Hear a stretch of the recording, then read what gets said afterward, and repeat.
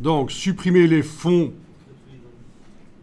Donc, faire en sorte qu'autour du sujet, ce soit transparent, c'est la suite. Et donc, on avait travaillé sur un chien à poil court. Et là, c'était facile. Mais là, on va travailler sur un lapin ou un chat à poil flou. Et c'est plus difficile d'obtenir quelque chose qui n'a pas l'air totalement foireux. Donc, voilà, on va voir la technique.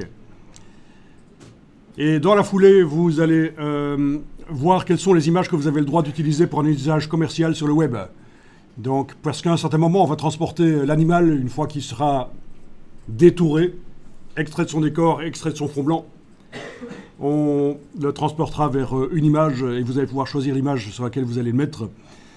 Et on va essayer de trouver une image que vous avez le droit d'utiliser, même pour un usage commercial. C'est-à-dire que si vous imprimez un flyer, un poster, il n'y a personne qui va vous reprocher d'avoir utilisé son image et que vous devrez lui payer des droits d'auteur parce que vous n'aviez pas le droit, ou vous devez détruire tous vos flyers, tous vos affiches, parce que vous n'avez pas le droit de prendre son image qui lui appartenait, sur lesquelles il avait des droits d'auteur. Donc on va voir comment trouver des images sur le web que vous avez le droit d'utiliser, même pour des usages commerciaux.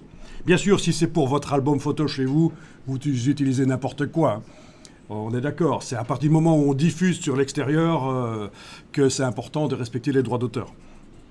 Mais heureusement, le web regorge d'images que vous avez le droit d'utiliser. Et bien sûr, vous pouvez aussi prendre vos propres images avec votre appareil photo. C'est encore mieux. Appareil photo ou smartphone. Maintenant, vous savez que les appareils photo ont tendance à ne plus se vendre autant qu'avant parce que les smartphones deviennent tellement bons.